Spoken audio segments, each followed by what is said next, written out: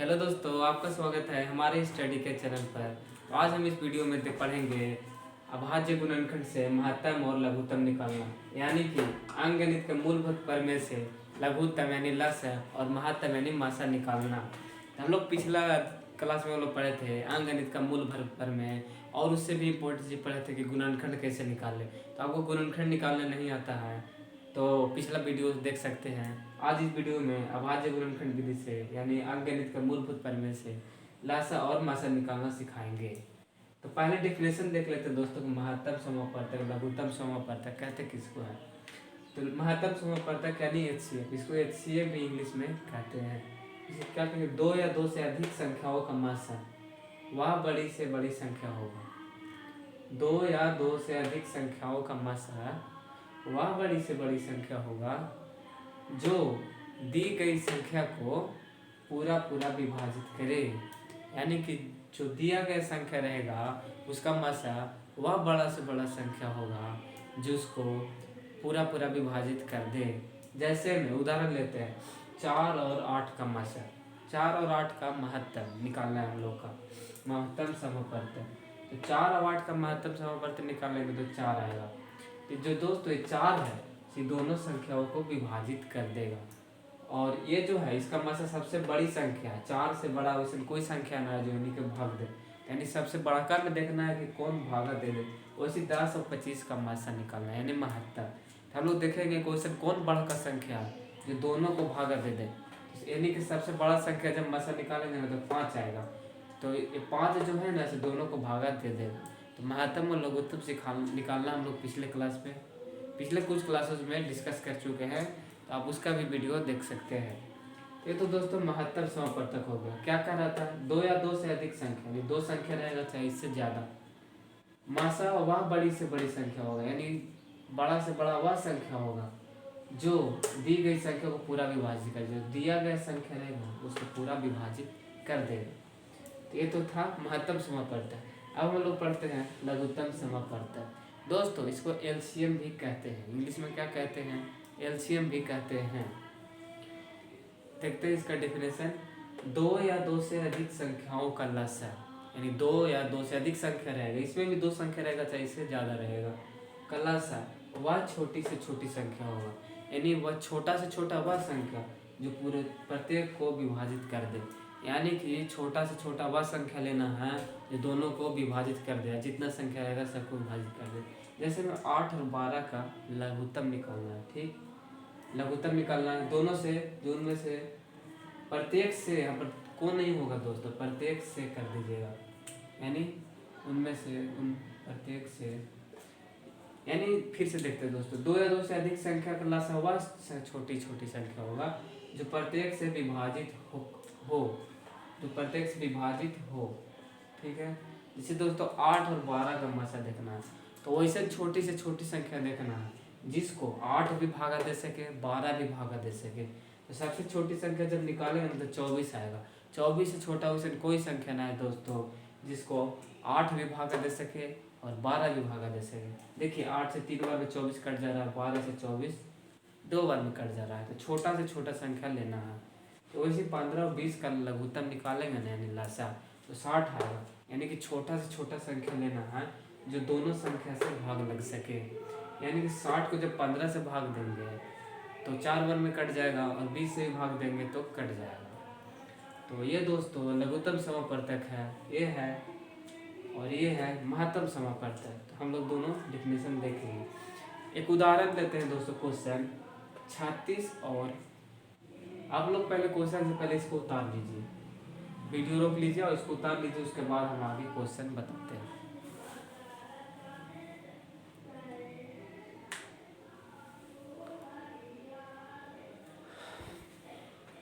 आप लोगों ने उतार लिया होगा।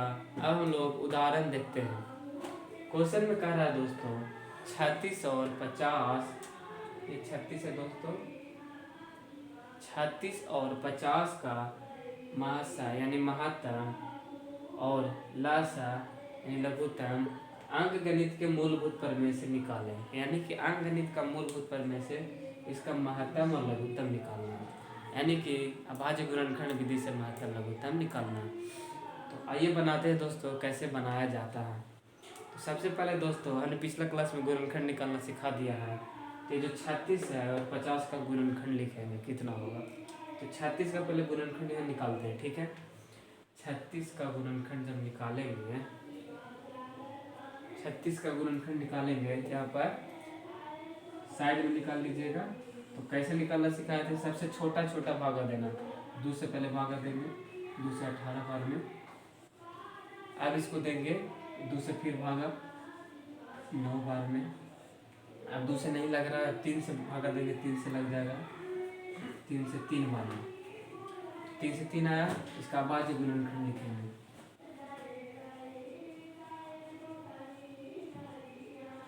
अभाज्य गुणनखंड, अभाज्य गुणनखंड क्या है, शुरू में 2 है,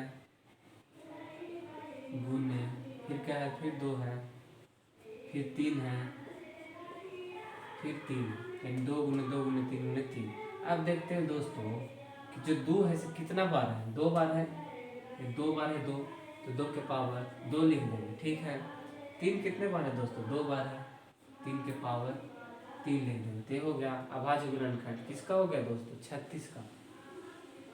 ये वाला यहाँ उतार देंगे सिंपली, कितना आया, 2 गुने 2 गुने 3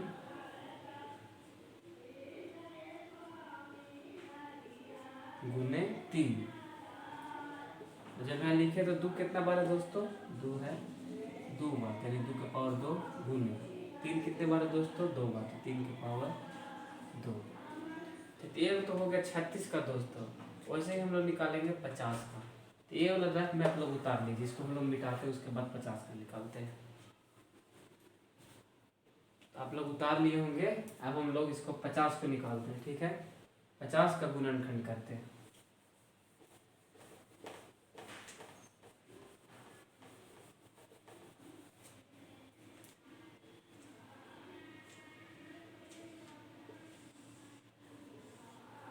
सबसे पहले किससे भागा देंगे दोस्तों, 2 से भागा देंगे, कितना आएगा, 25 बार में लग जाएगा।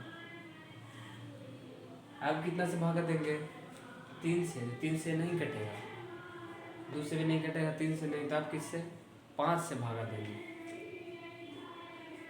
5 से 5 बार में लगा, ठीक है। 5 से 5 बार में लग गया, ठीक है ना। तो इसको लिख देंगे गुणनखंड कितना है, 2 गुने 5 गुने 5।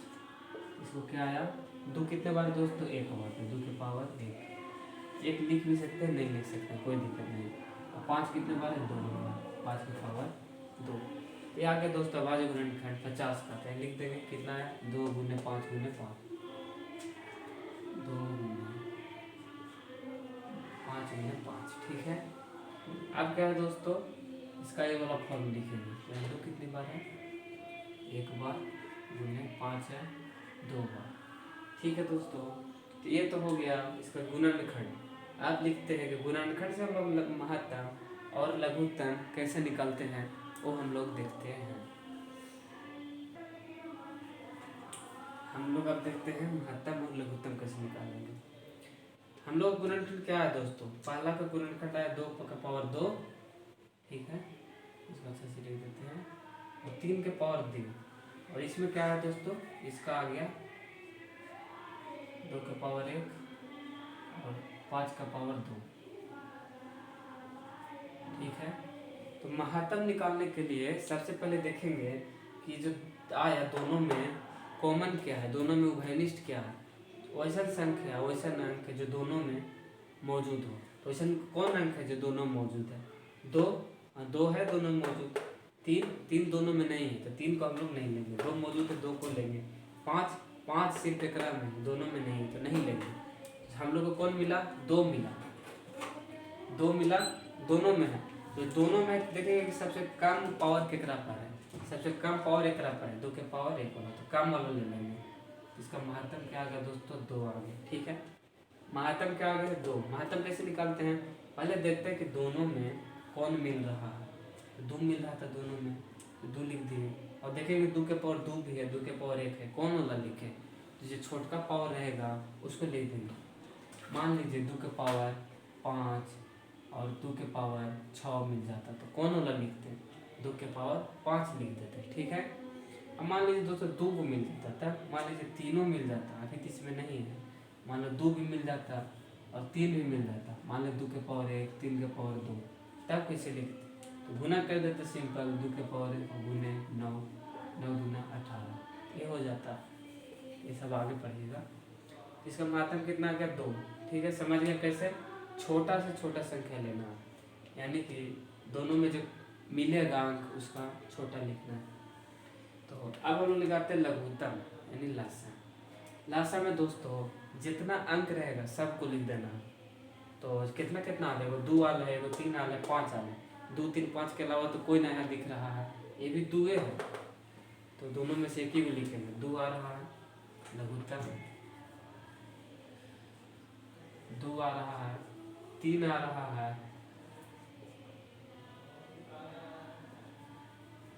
2, 3 आ रहा है और 5 आ रहा है, ठीक है।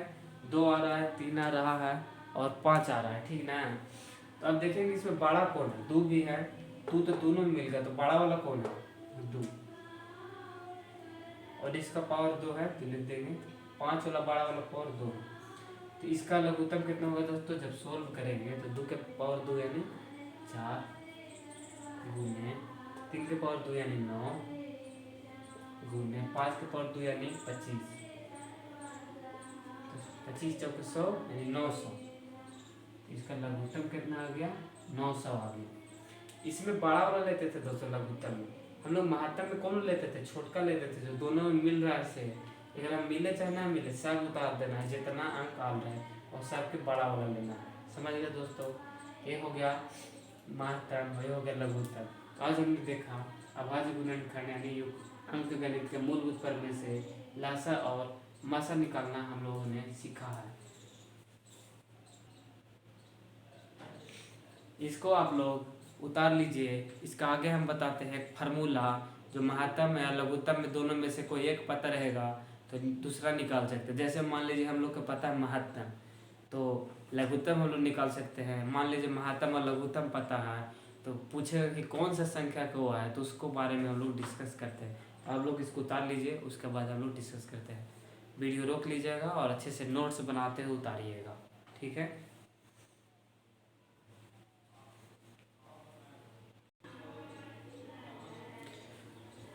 अब हम लोग आगे पढ़ते हैं। एक फार्मूला है दोस्तों, बहुत ही इम्पोर्टेंट फार्मूला, इससे हर साल क्वेश्चन 10th में पूछ ही देता है। तो फार्मूला क्या है दोस्तों? यानी संख्याओं का गुणनफल बराबर मासा गुने लासा। यानी कि जब संख्या को गुना करेंगे ना तो बराबर आएगा मासा और लासा के गुणनफल के बराबर आएगा। दोस्तों ये जो फार्मूला क्या, संख्याओं का गुणनफल बराबर मासा और लासा के बराबर आएगा, ठीक है दोस्तों। तो हम लोग के पास संख्या कौन कौन था दोस्तों? 36 और 50। तो चेक करते हैं फार्मूला सही है गलत, ठीक है। हम लोग का संख्या कौन है? 36 है और कौन है? 50। 36 और 50 का गुना करेंगे, संख्याओं का गुणनफल हो गया बराबर, ठीक है, बराबर मासा गुने लासा करेंगे, ठीक है। तो मासा क्या है? मासा हम लोग का 2 आया, लासा क्या है? 900। चेक करते हैं सही है कि ना। जब इधर गुना करेंगे तो 36 50 यानी कि 900 आएगा, यानी 1800 आ जाएगा इधर। अब इधर भी गुना करेंगे तो 1800 आ जाएगा।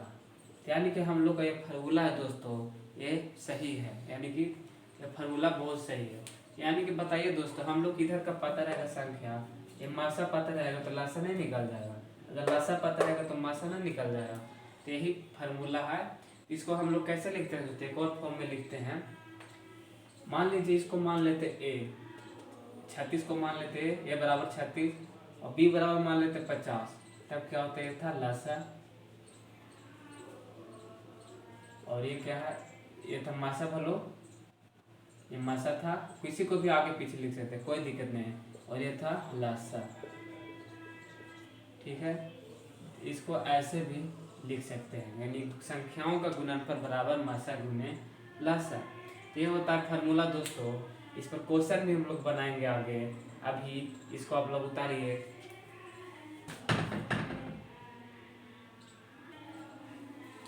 तो नीचे वाला मिटा दिए दोस्तों। अब इसका आगे फार्मूला निकालते हैं दोस्तों। हम लोग का क्या आ गया, इसको ऐसे भी लिख सकते हैं,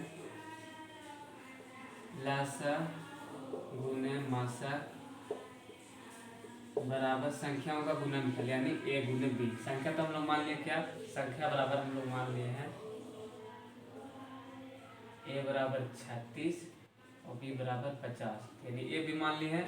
तो आगे संख्याओं का गुणनफल, ठीक है। यानी लासा गुने मासा बराबर संख्याओं का गुणनफल। अगर दोस्तों हमको यहाँ लासा निकालना है, लासा बराबर, तब क्या लिखेंगे,